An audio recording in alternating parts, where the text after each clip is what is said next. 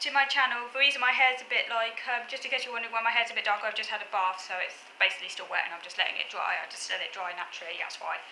As it's early in the morning, well, not that early now, approaching 8 o'clock on Sunday.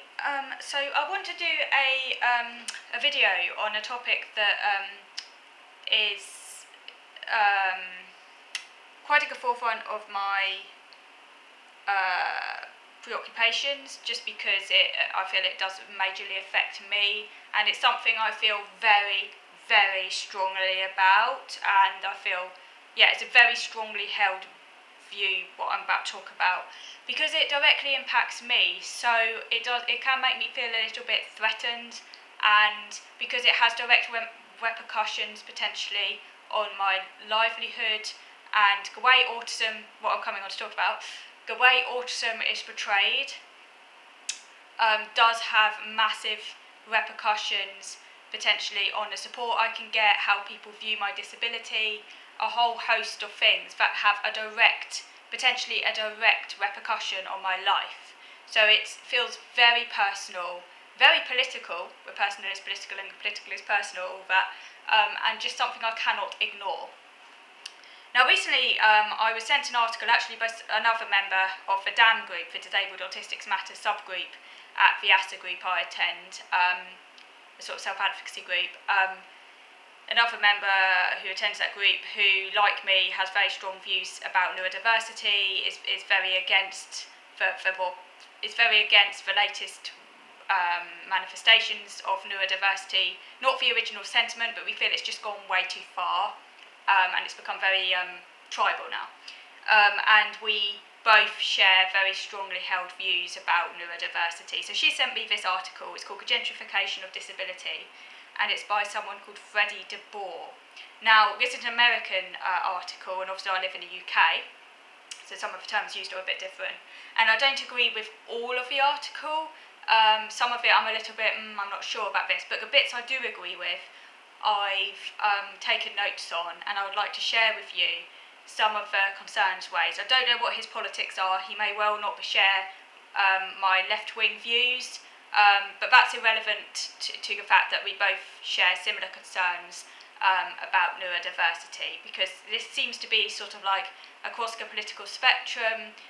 People can hold views against certain elements of neurodiversity, might not necessarily share the same views in other areas.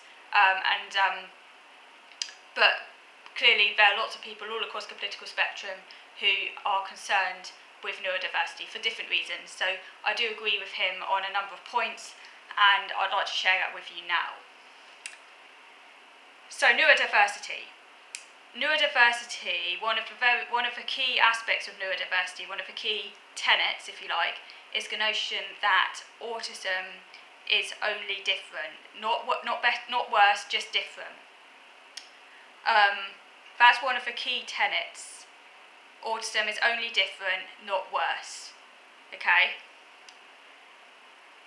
And he draws attention to the fact, though, that when a mother, and he uses a particular example, someone that he knew, a mother of a child who was very profoundly disabled by their autism. When a mother struggles every day to care for someone, what value could it hold for her that his condition is called diversity rather than a disorder?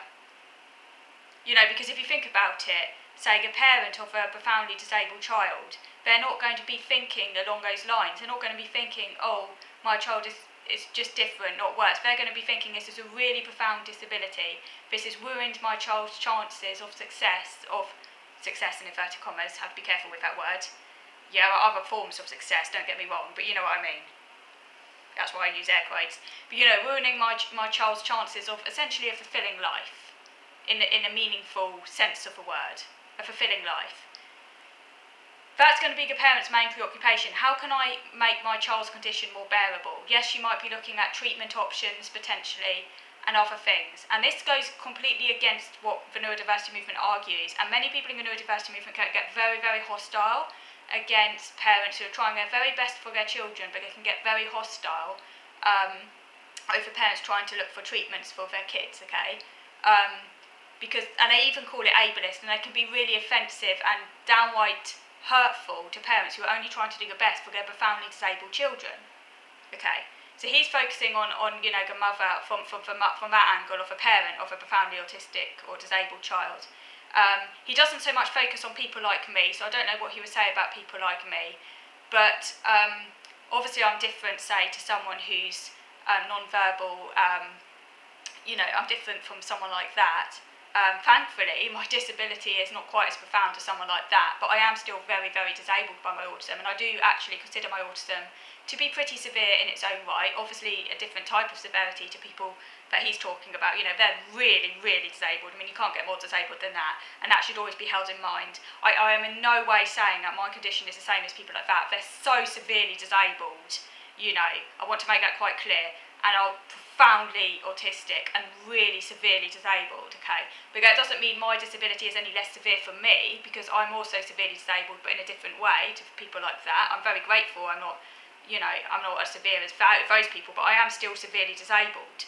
And I would say that my autism is still pretty severe in its own right as a verbal autistic, you know, with different challenges. But my autism, if you're looking at autism as a kind of a social malady, if you like, I have no social instinct. So yes, I am so in that respect, I am quite severely autistic, but obviously a different type of severe autism.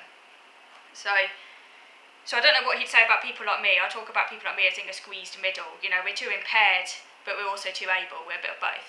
So I don't know quite what he'd say about people like me. But yeah, so he says that people in the neurodiversity movement, they assert that autism is a disability. And some of them actually, by the way, actually say it's not a disability, but I think that's quite a marginal group. Most people assert that autism is a disability, but they seem to want to have their cake and eat it all at once, because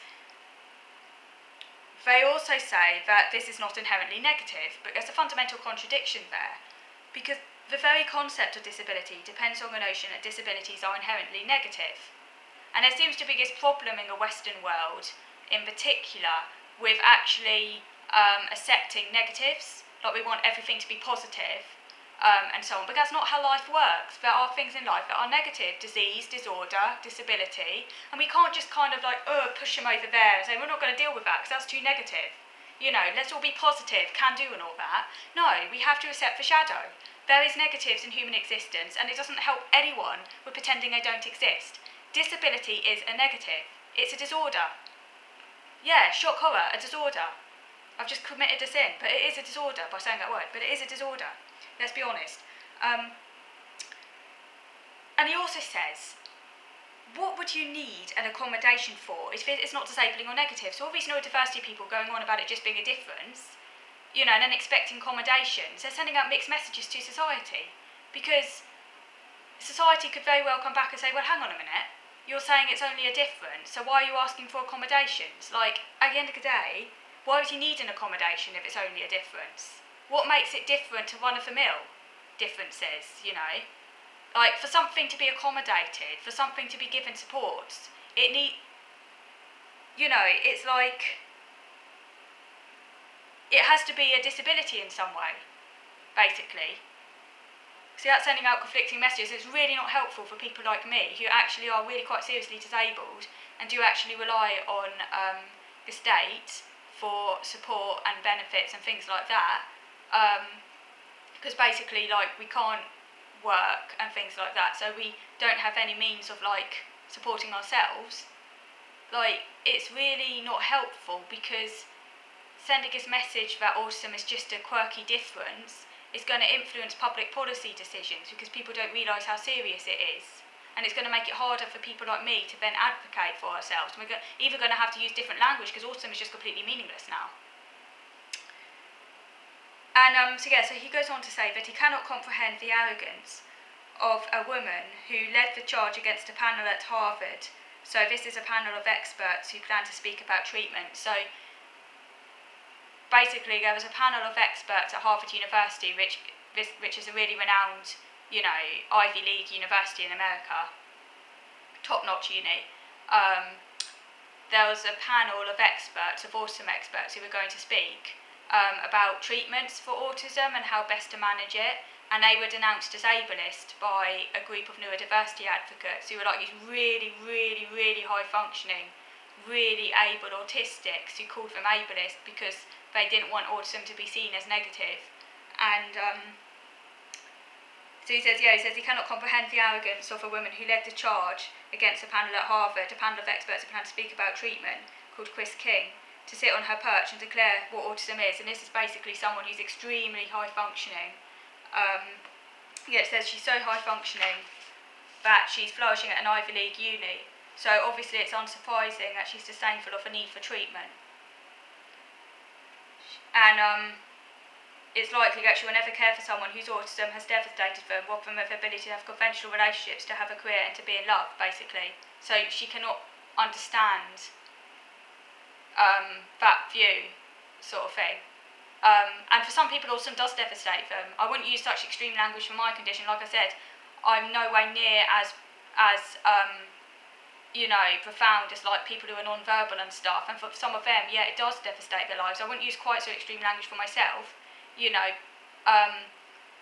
My life is tolerable, but I still wish I wasn't autistic because it has taken a lot away from me. But obviously, I have far more ability than someone whose autism is completely devastated for them, and for that I'm thankful. At least I have things I can do. I'm not completely, I do have things that I can enjoy and activities I can do and stuff and things that I am good at. For some of these people, their life is so devastated by autism that it's just a continual round of self-injury and meltdowns, essentially.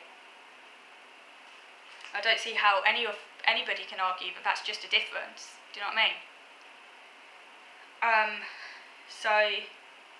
Such debilitated people and families, he says, will never have the cultural influence of self-promoting Harvard student, and so get read out of a conversation.